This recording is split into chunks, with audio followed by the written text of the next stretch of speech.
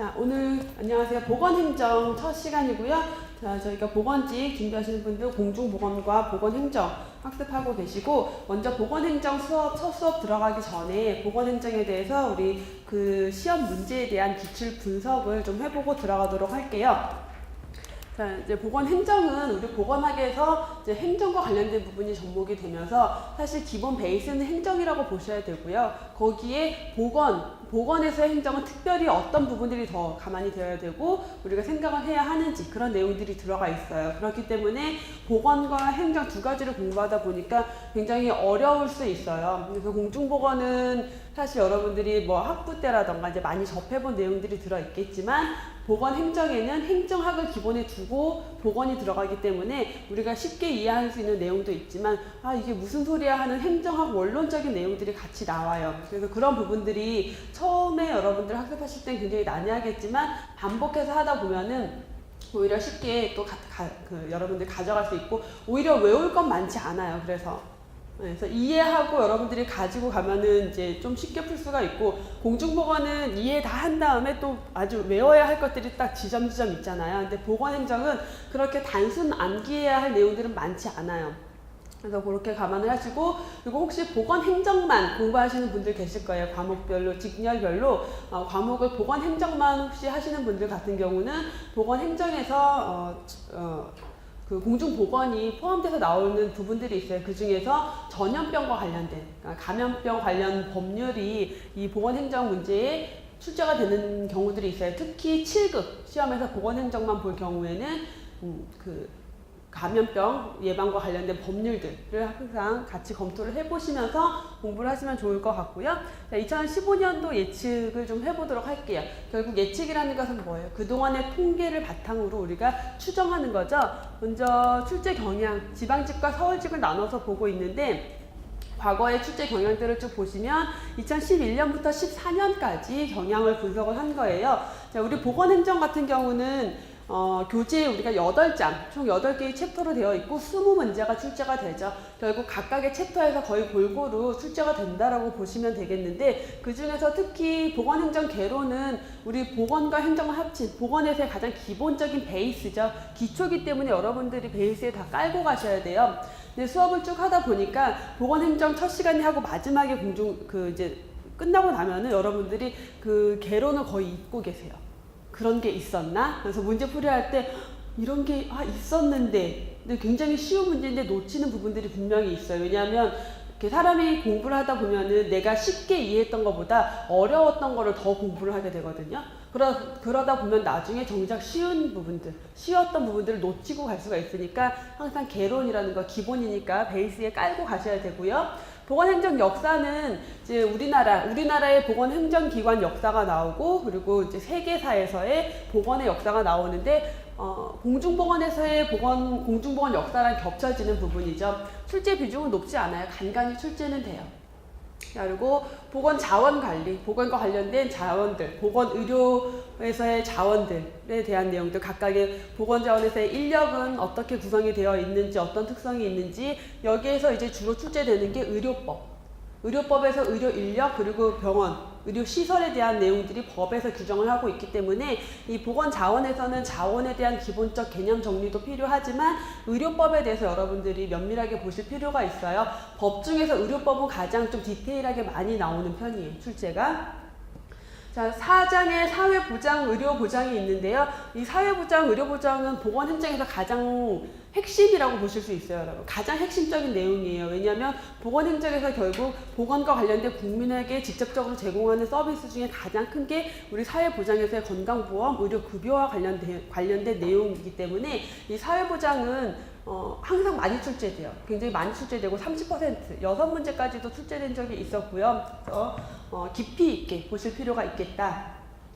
자, 보건경제에서는 보건경제는 경제학 원론에 대한 내용이 있고요. 그리고 우리나라 보건의료 시장과 관련된 내용들, 특히 우리 국민의료비 너무 국민의료비 지출이 너무 높아서 뭐 절감시키기 위해서 이런 내용들이 나오잖아요. 그래서 경제학 원로는 사실 많이 출제되지 않아요. 경제학 원로는 가끔 어쩌다 한번 출제되는 적이 있는 경우고, 이 보건 경제에서는 우리 그 진료비 지불제도라던가 혹은 의료시장에서의 어떤 의료비 상승과 관련된 문제들, 의료비 감소를 위한 대책들과 관련된 문제가 주로 출제가 되고요. 자, 이제 보건기획행정조직, 보건기획정책 조직은 거의 완벽하게 행정학이에요.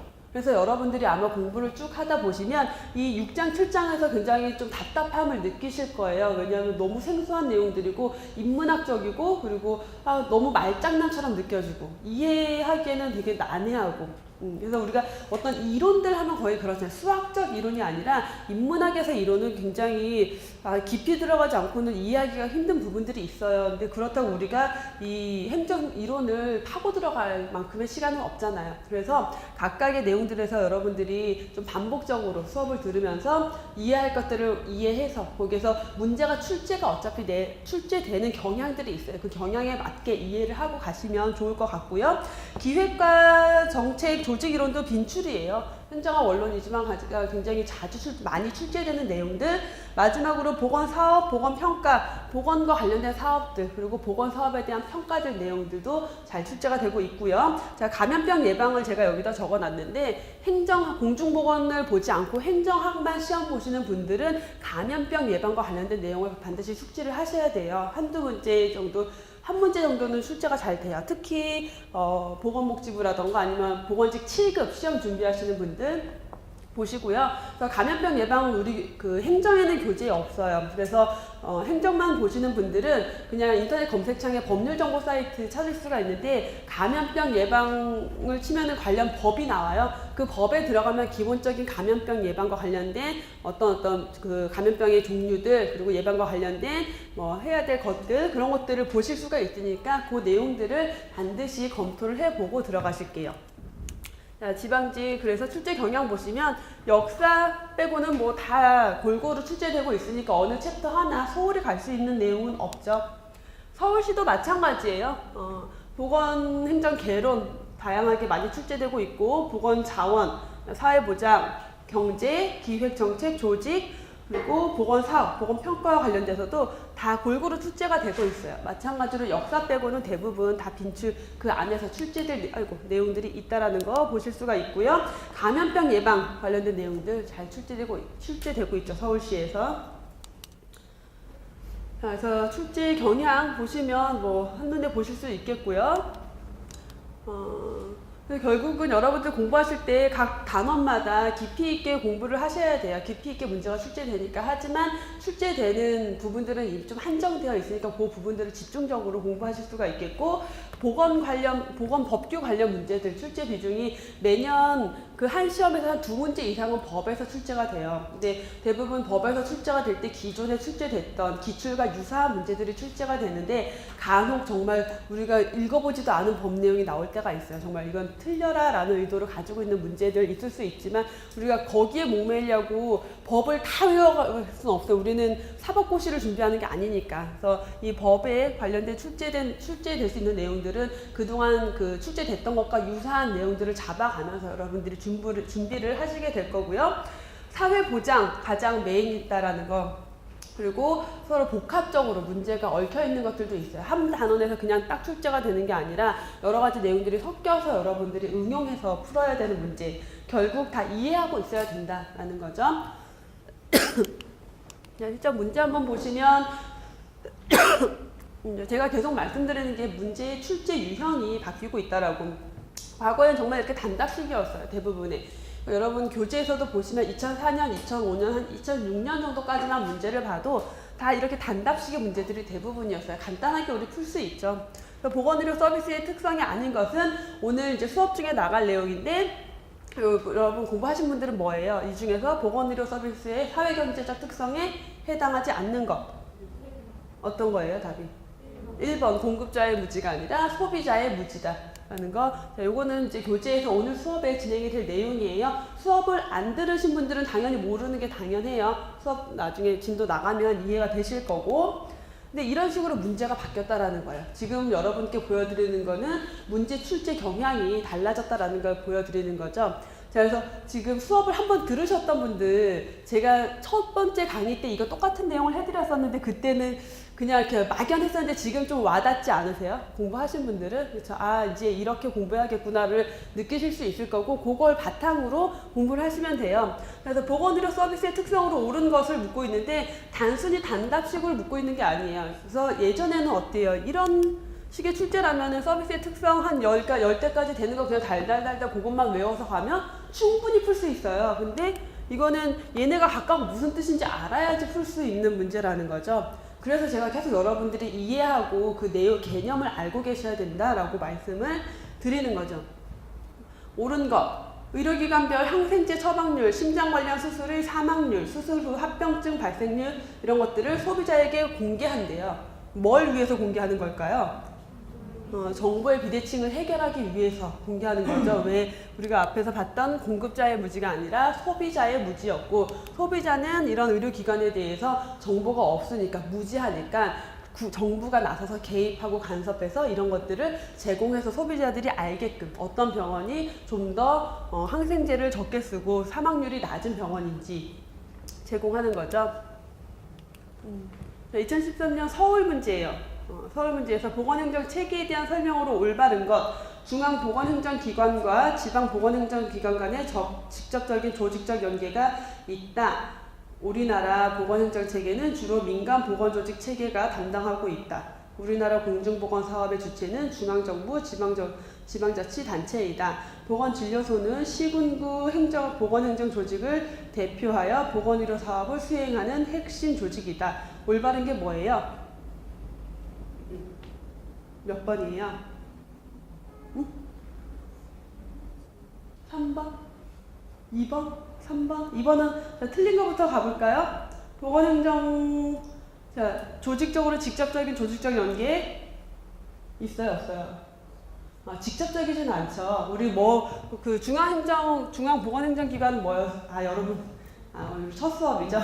제가 너무 내용을, 죄송해요. 제가 여러분 반복해서 수업 듣는 분들이 있으니까 그분들을 보면서 잠시 지금 순간 문제풀이 시간으로 착각을 했어요. 죄송해요. 처음 수업을 듣는 분들은 이게 뭔 소리야 지금 이러고 계실 건데, 뭐냐면 문제 출제 경향이 이렇게 바뀌고 있다는 걸 보여드리는 거예요. 결국 우리나라 보건행정 체계에 대해서 전반적인 이해가 있어야 되는 거고요. 자, 여기에서 올라갔네요. 3번이죠. 그렇죠. 3번이 답이죠. 그래서 우리나라 공중보건 사업의 주체는 중앙정부, 지방자치단체가 주체적으로 공중보건 사업을 하게 되고요. 자, 여기에 나오는 내용들, 각각의 내용들은 우리 수업 중에서 다 풀어 나가실 거고, 좀 문제 내용이 좀 난해하게 느껴지지만 공부하셨던 분들은 문제 읽다 보면은 쉽게 답을 찾아내실 수 있어요. 자, 3번이 여기서는 답이었고요. 그래서 이렇게 해서 우리 출제 경향들을 좀 보여드렸어요. 그래서 제가 계속 강조해서 말씀드리는 거는 단순 암기, 그 단어 암기 하지 마시라는 거예요. 이게 왜 아까도 얘기했지만 그것들을 다 굳이 외울 필요도 없어요. 보건의료 서비스라는 그 시장이 어떤 특성이 있는지 우리가 알고 있으면은 그 특성들을 다 나열할 수 있어요. 그렇죠? 그리고 그거에 대해서 그 사례를 봤을 때 이거는 뭐지? 라고 찾아낼 수 있다라는 거죠. 그렇게 여러분들이 이해할 수 있게끔 학습을 진행을 해 주시기를 바라는 거고요. 자, 요거는 우리 공중보건에서도 제가 한번 말씀드렸는데, 여러분들이 시험 보고자 하는 지역의 보건소 있잖아요. 가서 조직도가 어떻게 생겼는지쯤은 한 번쯤 봐주세요. 그리고 어떤 부서에서 어떤 일을 하는지들. 왜냐면 이 조직도가 약간씩 그 지역마다 조금씩 차이는 있어요. 하지만 전체적인 맥락의 흐름은 같지만 그 지역 특성에 맞게 지역 보건의료 사업을 하려면 어때요? 그 지역 주민의 요구에 맞춰서 보건 사업을 해야 되고, 그러다 보니까 지역 특성에 맞는 조직도가 나올 수밖에 없겠죠. 여러분들이 이런 조직도 정도는 한 번씩 보시고요. 특히 여러 번 시험 합격하시고 나서 면접하기 전에 반드시 이런 것들 보고 가실 필요가 있겠죠. 자, 여기까지 하고 교재 내용 그래서 들어가 볼게요. 자, 각각의 챕터에 대해서 출제 비중 정도는 쭉 말씀을 드렸고요. 여러분 교재 17페이지 내용부터 들어가도록 할게요. 자, 보건행정의 이론, 보건행정의 가장 기본적인 개론이 되겠죠. 보건행정이라는 것에 대해서 이해를 하셔야 되는데 우선 보건행정을 이해하기 위해서 여러분들이 알고 계셔야 될 게 보건의료죠. 그래서 의료와 보건의료는 약간 우리가 개념을 구분하고 있어요. 의료하면 어땠어요? 의료는 질병이 발생했을 때 치료에 초점을 두고 있다라면은 보건의료는 어때요?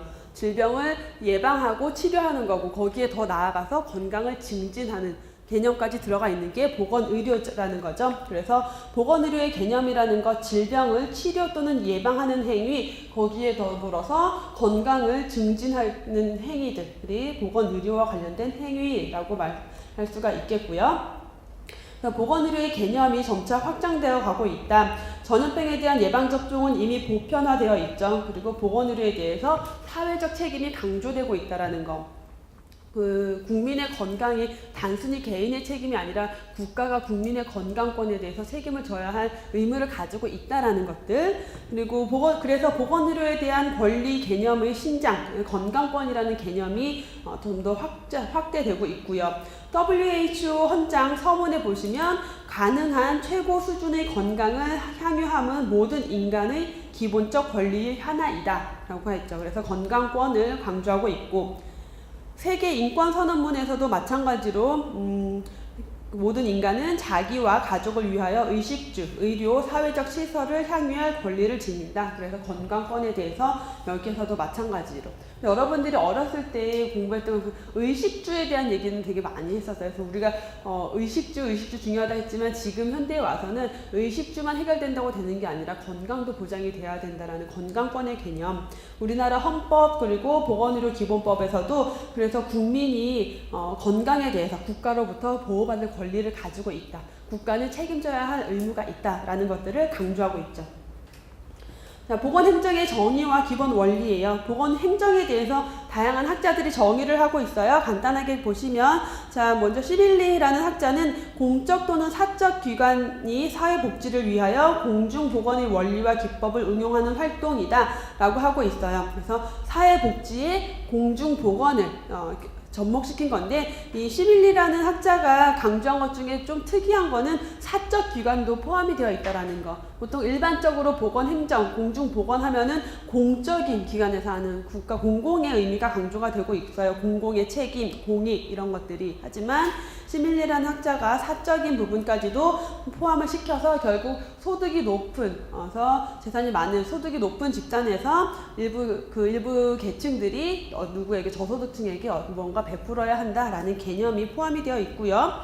히시모토 미치오 보시면 공중보건 기술을 가지고 주민 생활 속에 도입해서 사회화시키는 과정이 보건행정이다 라고 강조를 했고요.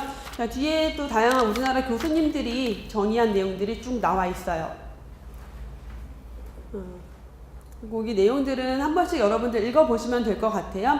허정에서 행정학적 보건행정 보시면 보건행정의 일부인 보건 분야에 일반 행정 원리를 적용시키는 게 보건행정이다 라고 하고 있고 맨 밑으로 내려와서 12페이지가 아니라 12번 보시면은 일반 행정과의 차이. 그래서 보건행정이 일반 행정과 뭐가 다른가? 공중보건 기술을 행정 조직을 통해 주민 생활 속에 도입하는 기술적 과학적 과정이다. 그래서 행정 활동을 하는데 뭐가 포함이 되느냐? 기술과 과학이 포함이 된다라는 거. 왜 사람의 건강을 대상으로 하고 있기 때문에 기술 그리고 과학이 포함이 되는 과정이다 라고 하고 있죠.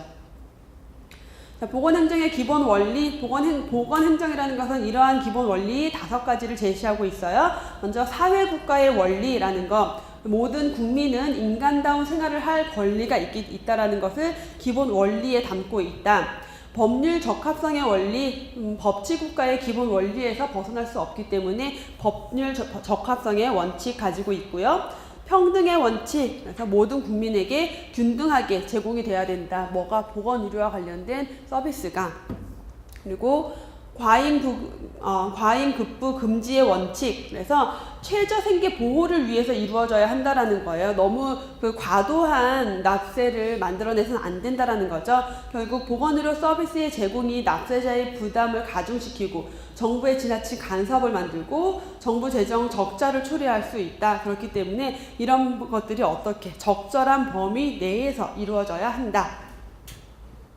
그리고 5번째로 신의 성실의 원칙. 그래서 신의를 쫓아 성실히 하여야 한다라는 원칙 5가지를 가지고 있죠.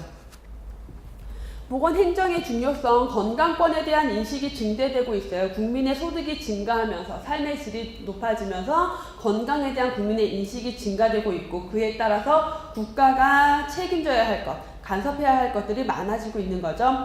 건강권은 의식주 다음으로 제4의 생존권적 기본권으로 인식되고 있다는 거. 그렇기 때문에 보건행정이 더 중요하겠죠. 보건의료 효율성에 대한 제공. 그래서 보건의료 서비스의 자원은 한정되어 있어요. 하지만 그것을 형평성 있게 균등하게 배분하기 위해서는 효율성 있게 사용이 되어야 한다는 것. 보건의료 자원의 분배에 있어서 불평등이 심화되고 있죠. 지금. 그런 것들을 해결하기 위한, 심화를 해결하기 위한 것이 보건행정이 되겠고요. 보건의료비 지출이 급증하고 있다. 국민의료비 상승의 문제들, 이런 문제들 때문에 보건행정이 더욱 중요하게 여겨지고 있다는 거죠.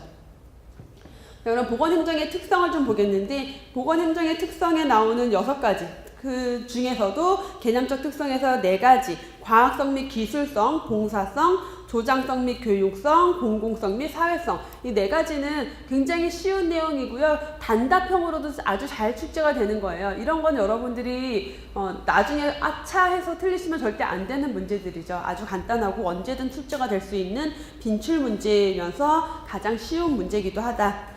먼저 개념적 특성에서 보시면 보건행정이 가지고 있는 특징 중에 가장 큰 특징은 바로 과학성 및 기술성이에요. 왜냐? 보건행정은 사람과 관련된 분야라는 거죠. 그렇기 때문에 과학과 기술이 확고하게 기초가 성립이 되어 있고 그 위에 행정이 접목이 되어야 해요. 그래서 과학성, 기술성 특성이 있고요. 봉사성의 개념, 봉사성이라는 거 국가가 국민에게 봉사해야 된다는 거예요. 근데 그 봉사라는 개념이 뭐냐면은 국민의 행복과 복지를 위해서 국가가 뭘 해요? 개입하고 간섭한다라는 거예요. 국민의 생활 속에 국가가 개입하고 간섭하는 게 봉사성이라는 개념이에요. 그래서 문제가 단순히 다음 중 보건행정의 특성으로 옳지 않은 것은 그냥 과학성, 봉사성, 교육성 뭐 다른 걸 하나를 될 수도 있겠지만 그 보건행정의 특성 중에서 국가가 국민의 행복과 복지를 위해 직접 개입하고 간섭하는 행정은 어떤 특성에 해당하는가? 라고 문제가 나올 수 있겠죠. 봉사성이라는 거. 그래서 봉사행정은 국가가 개입하고 간섭하는 거. 그래서 국가의 개입과 간섭을 통해서 추구하는 게 뭐냐? 다수의 건강을. 그래서 뭐 어디에 개입을 하겠어요? 소수의 건강에 대해서 위해를 끼치는 사람들에 대해서 개입하고 간섭해서 다수의 건강을 위한 어떤 행정을 하는 게 바로 봉사성이죠. 그리고 조장성 및 교육성. 지역사회 주민의 자발적인 참여 없이 성과를 기대하기 어려운 게 바로 보건이에요. 아무리 국가가 어떤 보건의료 사업을, 보건과 관련된 사업을 해도 지역사회 주민이 직접 행동으로 옮기지 않으면 금연하세요 아무리 얘기를 하고 법을 만들고 지금 뭐 그 음식점에서도 다 금연과 관련된 법들 적용이 되고 있지만 실제 안 지키잖아요, 많이. 여기 원래 이 식당은 뭐 금연입니다 되어 있는데 제떨이 갖다 주고, 왜냐면 손님이 안 오니까 그런 것들이 이루어지잖아요. 그러면 뭐예요? 별로 아무리 행정을 하더라도 결국 의미가 없다라는 거예요. 그렇기 때문에 보건행정에서는 지역사회 주민의 자발적인 참여가 가장 중요해요. 그래야 그 행정, 사업이 성공할 수 있다. 그래서 그 주민들이 행동할 수 있게끔 하는 게 뭐예요? 교육이죠. 교육을 통해서 뭘 해요? 조장을 하는 거죠. 주민들이 어떤 건강과 관련된 행동을 할 수 있도록 조장하는 거. 그게 바로 조장성 및 교육성이다. 그래서 이 오답으로 가장 많이 출제됐던 게 조정성이에요. 조정이 아니라 조장이라는 거 기억하세요? 그래서 그림이 비슷하다고 이거 맞는 거 그냥 아차하고 넘어가지 마시고 꼭 기억을 하시고요. 공공성 및 사회성, 공공복지와 집단적 건강을 추구하는 거죠. 그래서 사회적 건강을 향상시키는 게 바로 보건행정이에요. 그렇기 때문에 공공 그리고 사회적인 특성을 가지고 있다. 한 사람이 건강하다고 해서 그 사람의 건강으로 끝나는 게 아니라 사회 구성원이 건강해지고 사회 구성원이 건강해지면은 국가가 좀 더 건강한 인력, 건강한 국민들을 가질 수가 있게 되는 거죠. 자, 다섯 번째로 행정 대상의 양면성이에요. 소비자의 보건을 위해서 규제를 하기도 하지만 보건의료 산업을 위한 보호를 위한 자율도 필요하다라는 거죠. 그래서 규제와 자율이라는 행정 대상의 양면, 그래서 소비자도 보호해야 하고 공급자도 보호를 해야 돼요. 육성을 해야 되고요. 그 양면성이 있어서 그 안에서 적절하게 균형을 이룰 수 있어야 하는 특성을 가지고 있죠. 행정 대상의 양면성. 자, 그리고 여섯 번째로 건강에 대한 개인적 가치와 사회적 가치의 상충이라는 거. 개인적인 욕구가 굉장히 높을 수 있어요. 건강에 대해서. 하지만 어때요? 국가가 보건 사업을 통해서 그 서비스를 제공하는 데는 한계가 있는 거죠. 사회적 가치라는 거. 서비스가 한정적이기 때문에 적절히 형평성 있게 분배해야 된다라는 개념. 그래서 개인적인 가치, 개인적인 욕구의 높은 욕구와 사회적인 가치, 서비스가 한정되어 있기 때문에 적절한 분배를 해야 된다라는 이 두 가지 건강에 대한 가치가 상충한다라는 것. 그래서 이 가치의 상충이라는 특성을 또 가지고 있죠. 사업적인 특성을 보실 때 보건행정의 목적, 보건행정이 가지고 있는 목적은 결국 지역사회 주민의 건강 증진이라는 게 보건행정의 목적이 되겠고요. 지역사회 주민의 욕구와 수요를 반영해서 시대와 환경의 변화에 부응해야 한다. 그래서 우리가 아까도 우리 보건소 조직도 봤잖아요. 과거에는 어때요? 70년대, 60년대라면은 보건소 조직에서 주요 사업이 예방접종, 전염병 예방 이런 거에 좀 더 집중을 하고 있었겠죠. 왜냐하면 그런 게 많이 문제가 되고 있었으니까. 혹은 환경위생이라던가. 하지만 지금 와서는 어때요? 주로 만성질환에 대한 포커스가 많아지고 있죠. 그렇기 때문에 조직도도 그렇게 바뀌고 있는 거예요. 그래서 지역사회 주민의 욕구, 수요를 반영하고 시대와 환경의 변화에 부응해야 하는 게 이 보건행정 사업의 특성이다. 국가나 지방자치단체가 주도적으로 업무를 관장하게 돼요. 그래서 우리 아까 기출문제 풀 때 잠깐 나왔던 보기죠. 여러 곳에 있는 내용들을 다 갖다 놓는 문제였어요. 그래서 보건사업, 보건행정은 국가 그리고 지방자치단체가 주도적으로 사업을, 업무를 관장하게 되죠. 자, 4번에 보시면 기획, 보건의료 사업을 기획, 집행, 통제함으로써 국민의 건강 증진을 달성하는 기능을 수행하게 되고요. 우리나라의 보건행정은 공행정으로서의 기능이 좀 미약하다. 그래서 앞으로 공익성을 더 확대해 나가야 하는 좀 문제점이 있다라는 것까지 보셨고요. 보건행정의 기술적 원칙. 기술적인 원칙. 보건행정이 가지고 있는 어떤 기술적 베이스라는 거죠. 기본이 되는 것들. 먼저 생태적 기초라는 거. 보건사업에서 가장 기본이 되는 거는 인구죠. 지역사회 인구, 국가의 인구. 그렇기 때문에 우선 생태학적으로 인구를 파악하고요. 그 인구 파악을 통해서 뭘 해요? 장래 인구 추계를 만들어내는 거죠. 그래서 우리가 여러분, 지금 우리 고령화 사회인데 앞으로 몇 년이면 고령 사회에 진입할 거고 몇 년이면 초고령 사회에 진입할 거다. 이게 뭐예요? 인구를 파악해서 분석을 한 다음에 통계를 내보니까 흐름상, 인구 속도가, 인구의 변화 흐름상 이렇게 될 것이다 라는 걸 추계할 수가 있는 거죠. 이런 것의 기본적인 기초를 가지고 있다라는 거예요. 그래서 우리가 앞으로 지금 고령 사회로 가면서 노인 보건과 관련된 문제가 앞으로 커지겠구나. 그럼 노인 보건과 관련된 보건 행정의 어떤 보건 사업을 마련을 해야겠구나. 이런 것들을 해나갈 수가 있는 거죠. 그래서 인구의 파악, 장래 인구 추계, 그리고 인구의 수적 파악 이런 것들이 중요하다. 인구 집단에 대한 생태학적인 특성을 조사해서 그것을 기본으로 행정의 기초 자료로 사용하여야 한다. 인구 집단의 성별, 연령별 구성, 그리고 사회 문화적 특성 이런 모든 것들이 보건 사업을 할 때 고려되어야 한다라는 거죠. 역학적 기초. 역학이라는 건 인구 집단을 대상으로 뭘 분석하는 거예요? 인구 집단이 가지고 있는 어떤 질병의 양상을 파악해서 원인을 분석하고 예방하고자 하는 게 역학이에요.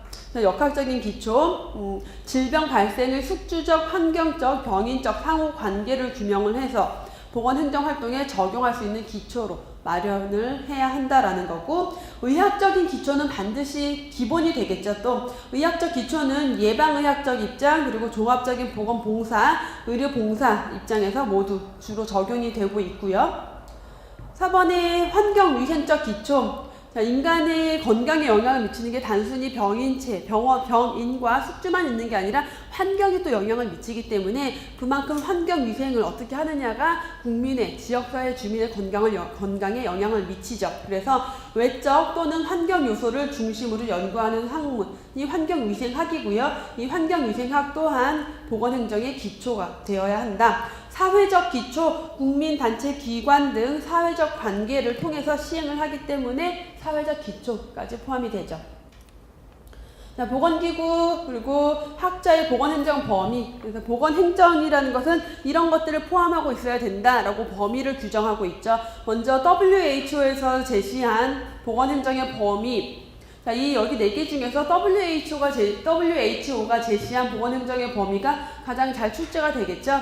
그래서 보시면 보건 기록의 보존. 그래서 보건 기록이라 하면 기본적으로 보건 통계를 의미해요. 보건 기록이라는 게 어느 나라의 무슨 질병 발생률, 사망률, 뭐 흡연율, 그런 것들, 그런 모든 것들, 뭐 전염병 발생률, 예방 접종률 이런 것들이 다 보건 기록이죠. 보건 기록의 보존. 그리고 보건 교육. 그 다음에 환경위생, 그리고 전염병 관리, 모자 보건, 의료 서비스 제공, 보건 검사, 이렇게 7가지를 제시를 하고 있어요. WHO가 제시한 보건행정의 범위. 옆에 에머슨을 잠깐 볼게요. 3번째에 있는 에머슨을 보시면 보건통계, 보건교육, 환경위생, 전염병 관리, 모자 보건, 그리고 만성전염병 관리, 보건검사 제공. 그래서 이 에머슨이 제시한 보건행정의 범위는 WHO가 제시한 거랑 많이 비슷하죠. 맨 끝에 2개만 조금 차이가 있고요. 이 정도 보시면 될 것 같아요. 자, 다음으로 넘어가서 우리나라 보건행정 책에 나오는데 요거는 뒤에서 다시 보건행정 체계가 나올 거예요. 요건 조금 넘어가고요. 뒤에서 보건행정 나올 거고, 요거 하기 전, 요 다음으로 넘어가기 전에 제가 나눠드린 자료 하나 있어요. 자, 이거 전에 수업 들으셨던 분들은 나눠드렸던 자료 같은 거니까 그 과거 자료 잘 정리하시면서 거기에 다시 정리하셔도 되고요. 새로운 자료 하셔도 되고, 여러분들이 보시기 편하게 정리를 하세요. 보건행정에서의 이념이 있어요. 보건행정이 추구하는 바와 같이 보건행정이 가지고 있는 이념, 기본적인 원칙이라는 거죠. 행정이 추구하는 바와 같이 형평성, 능률성을 추구하고요. 그리고 또 다른 가치 이념인 효과성, 접근성, 대응성, 민주성, 참여성, 이런 여러 가지 이념을 가지고 있죠. 추구를 한다. 먼저 형평성이라는 거. 보건행정이 가져야 될 가장 기본적인 이념 중에 형평성. 그래서 같은 상황에 있는 사람에게 유사한 수준의 대우를 하는 것을 형평성이라고 하겠죠. 그래서 소득 수준이 비슷한 사람에게는 비슷한 그 보험료를 부과하고요. 세금도 비슷하게 납부하는, 그래서 정률제 방식을 보통 따르고 있죠. 내 월급에서 몇 %. 사회 계층 및 소득 수준 간의 건강 불평등, 건강 수준 격차를 해소를 해서 해소를 해야 하기 때문에 형평성이 더욱 강조되고 있어요. 그리고 2번째 능률성 혹은 효율성이라고도 하고요. 능률성, 효율성. 우리가 투자한 시간, 노력, 비용 대비 결과물이 얼마나 좋으냐가 바로 능률성, 효율성이죠. 투입 대비 산출의 비율. 자원은 어차피 한정되어 있기 때문에 최대한의 보건의료 서비스를 제공할 수 있도록 유도하는 게, 그런 것들이 바로 능률성이고요. 보건행정에서 가장 중요한 가치가 되긴 하는데, 이 능률성은 측정하기가 굉장히 어렵죠. 특히 보건에서는. 왜냐, 우리가 나중에 여러분들 이제 공부하시면 여러 가지 경제성 평가하기 위한 비용 효과 분석, 비용 편입 분석 이런 것들이 있긴 하지만, 보건행정의 결과물, 보건사업을 통해서 얻은 결과물들을 측정하기란 너무나 곤란해요. 특히 지급에 중점이 되는 것은 건강증진사업이란 말이에요. 이걸 어떻게 과연 측정을 할 것이냐. 사람들이 얼마나 건강해졌는지를 어떻게 측정을 하겠어요. 아픈 사람들이 얼마나 회복이 됐느냐는 측정이 그래도 가능하겠지만, 건강증진과 예방과 관련된 얼마나 예방했는지, 왜냐면 얼마나 발생할지를 예측하기가 어렵기 때문에 이 능률성은 사실 보건에서는 굉장히 측정하기 어려운 개념이긴 하죠. 세 번째 효과성, 의도하거나 기대한 것과 같은 소망스러운 상태가 나타나는 성향, 나타나는 상황, 이런 것들을 효과성이라고 해요. 그래서 효과가 있었냐 없었냐의 개념은 의도하거나 기대한 것 뭐예요? 목표라는 거죠. 목표를 달성했느냐 안 했느냐가 바로 효과성이라는 거예요. 그래서 행정활동 집행을 하고 나선 다음에 소망스러운 상태, 다시 말해서 목표를 얼마나 달성했느냐, 그게 바로 효과가 있었느냐 없었느냐를 보는 개념이 되겠죠. 보건행정이라는 것은 효과성의 전제하에 집행되어야 한다. 그리고 효과성은 정책의 성공 여부를 판단하는 기준이 되기 때문에 효과성이 높으면 정책이 성공한 것으로 받아들여지고 있다. 접근성, 필요한 서비스가 있다는 사실을 알아야 하고요. 우선 국민이 알아야 하고 어떻게 가야 할 수 있는지, 어떻게 그 서비스를 받을 수 있는지를 알아야겠죠. 그게 바로 접근성이죠. 내가 보건행정으로 인해서 펼쳐지는 사업에 접근할 수 있어야 한다라는 개념. 그래서 보건행정에서 접근 가능성이 높을 때 접근 가능성을 높이면 많은 사람들이 서비스를 활용할 수가 있겠고요. 그러면 기대한 효과를 이끌어낼 가능성도 높아지기 때문에 이 접근성이 형평성, 효과성을 높이는 수단이 되는 거죠. 다음에 대응성이라는 것은 효과성이랑 여러분들이 헷갈리시면 안 되는데, 대응성은 국민의 요구에 얼마나 부응하느냐예요. 효과성은 사업의 정책의 목표를 달성했느냐 못했느냐, 소망한 것을 이뤘느냐 못 이뤘느냐의 개념이고요. 대응성은 이 정책의 수혜자, 보건의료 사업의 대상이 되는 국민의 요구에 얼마나 부응했느냐, 그게 바로 대응성이에요. 그래서 정책 수혜자의 요구와 기대, 그리고 환경 변화에 얼마나 융통성 있게 대처했느냐, 이게 바로 대응성이죠. 국민의 요구가 뭐고 어느 정도까지 제공해야 하는가에 대한 기준이 필요하겠죠. 민주성 및 참여성, 현대 복지국가에서 모든 정책의 가장 기본이 되는 게 민주성, 그리고 참여성이죠. 민주성이라는 거, 국민의 참여 확대, 그리고 여론을 반영해서 집행하는 것. 그리고 참여성이라는 것은 정책 결정 과정, 수행, 평가 과정에서 다수의 국민들이 참여할 수 있도록 하는 것. 합법성이라는 거, 행정 행위 및 과정의 법률 적합성이죠. 법치국가이기 때문에 법에 맞게 되어야 하고요. 공익성, 우선을 공익의 이익에 둬야 한다. 개인의 이익이 아니라 공공의 이익에 우선을 둬야 한다. 생산성이라는 거, 생산활동의 능률성, 효과성이 바로 생산성 있다라고 표현을 하겠죠. 책임성은 행정의 모든 과정에서 국가와 국민에 대한 책임을 의미를 하겠고요. 합리성, 목적과 수단, 원인과 결과 간의 결과의 관계에 대한 정당한 근거를 두고 행정 과정을 수행하는 것을 의미한다. 그래서 이렇게 보건행정, 이 이념이 행정 관리로 들어가면 행정의 이념에서 다시 한번 거론이 돼요. 특히 보건행정에서 좀 더 강조하고 있는 것들이 형평성, 능률성, 효과성, 대응성 같은 것들이죠. 그런 것들을 좀 더 중점적으로 강조하고 있어요. 그래서 다음으로 넘어가서 교재 22페이지죠. 보건의료 서비스의 사회경제적인 특성 을 보는데, 먼저 그 중에서 양질의 의료라는 거, 질이 좋은 의료를 제공을 해야 한다라는 거죠. 우리 교재 2페이지예요. 양질의 의료라는 것은 적정한 질의 의료를 제공을 해야 한다라는 거예요. 이 양질의 의료에 대해서는 굉장히 빈출 문제예요. 양질의 의료도 이 보건행정 1장, 보건행정 이론에서 가장 많이 출제되는 것 중에 하나가 양질의 이론과 관련된 것들이고요.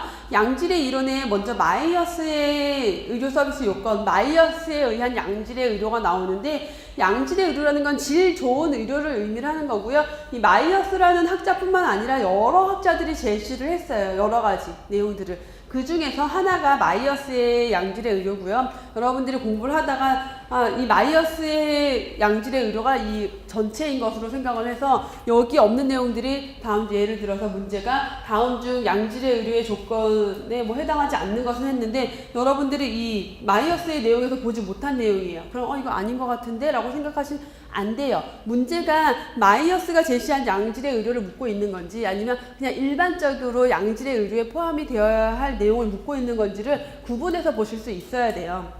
그래서 이 마이어스가 양질의 의료의 전체는 아니다라는 거. 자, 먼저 마이어스의 그 이론을 보시면 첫 번째 1번이 접근 용이성이죠. 동그라미 1번의 접근 용이성, 동그라미 2번의 질적 적정성, 그리고 3번의 연속성, 지속성이라고도 하고요. 연속성, 지속성, 4번의 효율성. 이렇게 네 가지를 제시했어요. 마이어스의 양질의 의료에서는 네 가지를 제시하고 있다. 접근 용이성이라는 거, 의료 서비스를 내가 이용하고자 할 때 언제 어디서라도 쉽게 이용할 수 있어야겠죠. 그게 바로 접근 용이성이죠. 지리적, 시간적 접근성이 확보되어야 한다. 거리적으로 가능해야 하고요. 시간적으로도 가능해야 하고, 양적으로도 인력, 시설 이런 것들이 지역적인 편중이 되어 있으면 안 되겠죠. 그리고 1차 의료기관이 지역에 지리적으로 많이 분포되어 있어야 하겠고, 포괄적인 의료 서비스를 제공해야 돼요. 접근 용이성에 포괄적 의료 서비스 제공이 포함이 돼요. 왜냐? 치료만 제공해서는 안 된다라는 거죠. 그래서 치료만 제공했을 때는 결국 접근성이 떨어진다라고 할 수가 있는 거예요. 뭐예요? 예방도 제공하고 재활도 제공하고 건강 증진과 관련된 사업도 제공을 해야 되죠. 그래야지 접근성이 높다라고 할 수 있는 거예요. 나는 뭔가 이제 금연을 위해서 내가 이게 단순히 병원에서의 의료가 아니라 보건의료이기 때문에 어때요? 내가 금연을 좀 해야겠는데 혼자 너무 힘들어요. 보건소에서 하는 금연 사업 없나 하고 왔는데 우리 보건소는 치료 서비스만 하고 있어요. 예방이나 건강 증진 사업은 안 해요. 이런 뭐예요? 접근성이 떨어지는 거죠. 그래서 포괄적 의료 서비스를 제공하는 것도 접근성에 포함이 된다. 의료 이용의 장벽에 보시면 그래서 경제적 장벽, 저소득층, 돈이 없어서 치료를 못 받으면 안 되겠죠. 제가 전에도 말씀드렸는지 모르겠지만 한 10년 좀 안 됐을 거예요. 한 7, 8년 전쯤에 신문기사에 그런 게 났어요. 실제로 인천에 어떤 애기 엄마가 애기 둘을 아파트 난간으로 버리고 본인도 떨어져서 자살을 했어요. 근데 그 자살한 이유가 애기가 감기 걸려서 병원을 가야 되는데 병원 갈 1,000원이 없는 거예요. 진짜 수중에. 그래서 그런 극단적인 상황까지 내몰리는, 그게 바로 가장 심각한 경제적 장벽이죠. 그래서 저소득층의 의료 이용 문제를 해결을 해야 된다. 시간적으로도 공휴일이라던가 우리 근무 시간 끝난 다음에 일반 직장인들이 의료 이용하기 되게 어려움 있죠. 그런 문제가 해결이 되어야 한다. 근데 여러분 반대로 생각하면 병원에서 일하는 사람들도 일하는 거잖아요. 그렇죠? 좀 그런 생각 들지 않아요. 그래서 그러니까 왜냐면 입원이야 24시간 돌아가니까 그러면 특성이 다른데, 동네 의원이라던가 아니면 대학병원에서 또 외래 진료 같은 게, 대학병원 외래 진료는 8시, 5시예요. 그래서 직장인들이 진짜 휴가나 이렇게 중간에 조퇴하지 않으면 진료 못 보죠. 그 지리적 접근성이 떨어지는 거죠. 근데 그런 거는 어디서 해소해야 되느냐? 동네 병원에서 해소를 해야 하는 거고요. 그래서 동네 1차 의료기관이죠. 1차 의료기관은 어때요? 그래서 진료 시간이 늦게까지 하죠. 7시, 야간 진료하는 날도 있고, 이런 것들을 통해서 그 시간적 장벽을 해결을 해야 하고요. 거리적 장벽, 거리적으로, 지리적으로, 그래서 농어촌 의료 취약 지역에 뭐가 있어요? 이런 이 지리적 장벽을 해결하기 위해서, 접근성을 높이기 위해서 만들어진 게 보건진료소죠. 조직적 장벽에는 그 서비스 자체가 단절적인 서비스라거나 단편적인 서비스를 제공할 때 그 치료만 제공하고 재활 서비스는 제공하지 않아요. 그럼 단절되는 거죠. 심리문화적 장벽. 그래서 심리적으로 산부인과는 내가 결혼도 안 했는데 산부인과 가도 되나? 이런 거. 굉장히 문제 있는 거죠. 우리나라에서는 원래 20살, 성인이 되고 나면은 여자는 산부인과에 주기적으로 검진을 받고 하는 게 좋아요. 근데 우리나라는 그 예방보다는 치료의 병원에 포커스를 너무 두고 있다 보니까 국민의식 자체가, 그래서 병원에 가면은 내가 검사하러 가는 게 아니라 왠지 왜 이런 시각을 가질 거라는 불안감이 있죠. 심리문화적 장벽, 이런 것들을 사회적인 접근성이라고 할 수 있죠, 여러분. 심리문화적 장벽이 결국 사회적 접근성을 의미를 하겠고요. 두 번째, 질적 적정성. 자, 접근이 용이해야 하고 질이 적정해야 된다. 의료 서비스의 질이 너무 떨어져도 안 되고요. 너무 높아도 안 돼요. 질이 너무 높으면 어때요? 의료비가 과중하게 부담이 되겠죠. 그렇기 때문에 적절한 질이 제공이 돼야 된다. 그래서 질적 적정성이고요. 인간을 대상으로 하기 때문에 질이 기본이 전제가 되어야 해요. 근데 그렇다고 해서 최신의 최고의 이런 걸 최고의 과학 기술 이런 걸 의미하는 게 아니라 최신의 가장 적절하게 쓸 수 있는 의료 기술을 사용을 해야 하고, 인력의 질, 그래서 어때요? 저희 면허 소지자들 어때요? 평생 우리 뭐 하죠? 보수교육 하잖아요. 이런 것들 다 의료의 인력의 질 향상을 위해서 하는 거고요. 근데 보수교육에서 질 여러분 늘어나요? 여러분 그 점수 채우기에 급급한 그쵸? 약간 현실적으로 질에 큰 영향을 주지 못하는 문제점이 좀 있긴 하지만, 그리고 적절한 의료의 상담이라던가 환자와의 신뢰관계 이런 것도 다 질에 포함이 되고요. 전체적인 질 형상을 위해서 그래서 의료 서비스의 기술적 과정이라던가 의료기관의 조직 구조, 관리 이런 것들이 다 필요하겠죠. 행정적인 노력으로는 법적으로 표준을 만들고 교육기관에 대한 평가, 병원 표준화 심사, 의료 질평가, 보험 진료기관 기준 이런 것들이 다 행정적인 노력이죠. 뭘 위한? 질적 적정성을 확보하기 위한. 세 번째 연속성 그리고 지속성이에요. 혹은 지속성, 연속성. 개인적인 차원, 지역사회 차원으로 나눠서 봤을 때 개인적으로는 우선 전인적인 의료가 지속적으로 이루어져야 된다. 개인 중심의 진료가 이루어져야 한다. 두 번째 지역사회 수준에서 봤을 때 의료기관들이 서로 유기적인 관계를 가지고 있어서 협동적으로 의료 서비스 기능을 수행해야 한다. 뭐예요? 내가 1차 의료기관에 가서 진료를 받는데 뭔가 중증도가 높다라고 했을 때 의뢰를 후송을 해야 되죠. 그때 적절한 유기적 관계가 이루어져야 되고요. 의무 기록에 대해서도 적절하게 통보를 해야 하고 그런 것들이 지역사회 수준에서 이루어져야 한다. 전인적인 의료라는 거 인간으로서의 전체적인 건강을 유지 증진해 주는데 노력을 해야 된다. 이게 결국은 그 개인 중심의 진료, 개인적인 차원과 좀 맞물리는 거죠. 전인적인 의료가 제공이 돼야 한다. 지속적인 의료, 종합적인 기록 관리를 통해서 지속적으로 의료가 제공이 되어야 하겠죠. 네 번째 효율성. 그래서 어떤 일정한 투입에 의해서 얻어진 성과가 얼마나 좋으냐, 이게 바로 효율성이죠. 그래서 이미 자원이라는 것은 제한되어 있기 때문에 보건의료 서비스를 최대한 형평성 있게 제한된 자원을 통해서 좀 더 높은 성취를 얻을 수 있게끔 적절한 대안을 만들어내야 하는 게 바로 효율성이라는 거죠. 평등한 재정이 평등해야 하고 그리고 적절한 보상도 이루어져야 하고 효율적인 관리도 이루어져야 하겠죠. 밑에 양질의 의료 서비스의 구성 요소 보면은 이제 요거 구성 요소는 요거는 좀 통으로 여러분 기억을 하실게요. 여기 지금 표에 있는 거는 요거 통으로 문제가 한 2차례, 3차례 정도 출제가 됐었어요. 그래서 이 4가지 접근 용이성에 해당되는 내용, 구성 요소, 마이어스 양질의 의료를 그대로 구성 요소로 나눠 본 거예요. 접근 용이성, 질적 적정성, 지속성, 효율성. 그래서 접근 용이성에 포함이 되는 게 개인적인 접근성, 그리고 포괄적 서비스, 양적인 적합성. 양이 적절해야 접근성이 좋아지겠죠? 예를 들어 서울 시내에 병원이 2개밖에 없다. 거리적으로 가까워도 돈이 있어도 양이 부족하기 때문에 접근성이 떨어질 수밖에 없죠. 한번 예약하려고 그러는데 3달, 4달, 5달 걸리면은 접근성이 떨어지는 거죠. 질적 적정성, 전문적인 자격, 개인적인 수용성, 그리고 질적인 적합성 이런 것들이 보장되어야 하고요. 지속성, 개인 중심의 진료, 중점적인 의료 제공, 그리고 서비스 조정이 지속적으로 제공이 되어야 한다. 효율성, 평등한 재정, 적정한 보상, 효율적인 관리를 통해서 효율성을 보장해야 한다. 이렇게 4가지 그대로 기억을 해주시고요. 리앤 존의 바람직한 보건의료의 조건에서 보시면 좀 고전적인 양질의 의료에 대한 조건이에요. 그래서 의과학에 근거한 합리적인 의료 행위를 해야 하고 예방을 강조해야 하고 의료 행위자와 주민 간의 긴밀한 협조, 그리고 개인에 대한 전인적 진료, 환자와 의사 간의 긴밀하고 지속적인 인간관계가 유지되어야 한다.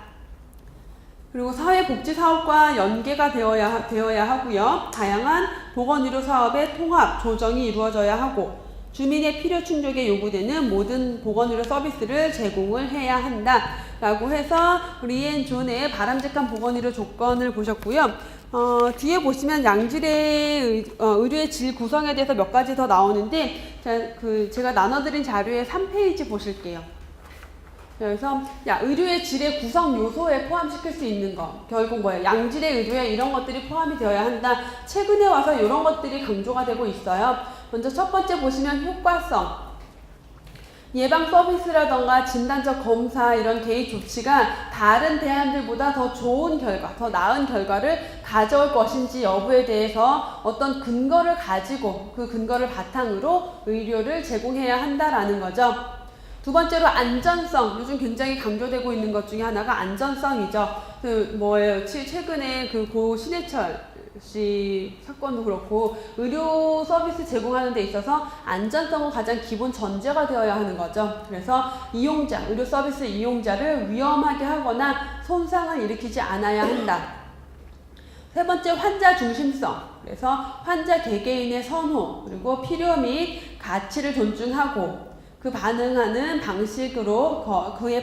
방식으로 보건의료 서비스가 제공이 되어야 하겠죠.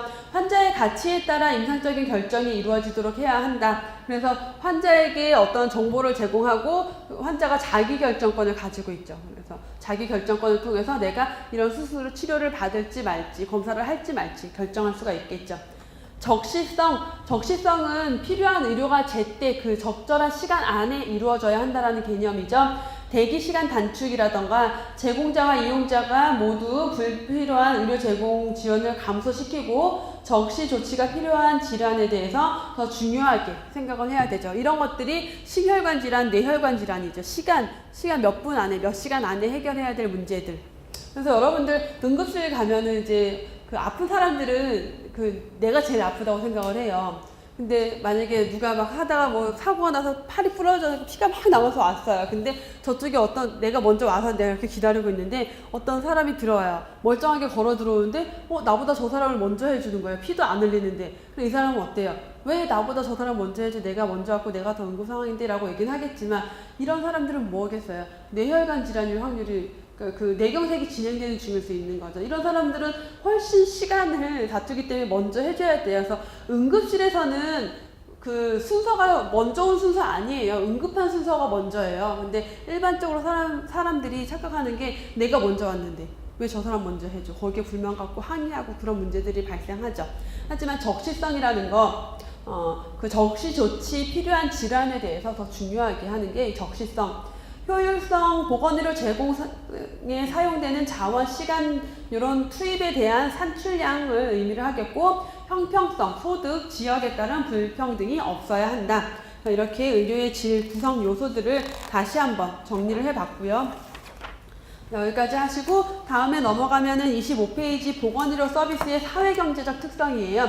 자, 이 보건의료 서비스의 사회경제적 특성은 보건행정에서 가장 많이 출제된 문제 중에 하나예요. 그만큼 중요하고 기본이고 여기에 있는 내용들이 전제가 되어야지 여러분들이 보건경제에서 국민의료비와 관련된 내용들을 더 쉽게 이해할 수가 있겠죠. 그래서 잠시 쉬었다가 25페이지 경제적 특성을 보도록 할게요.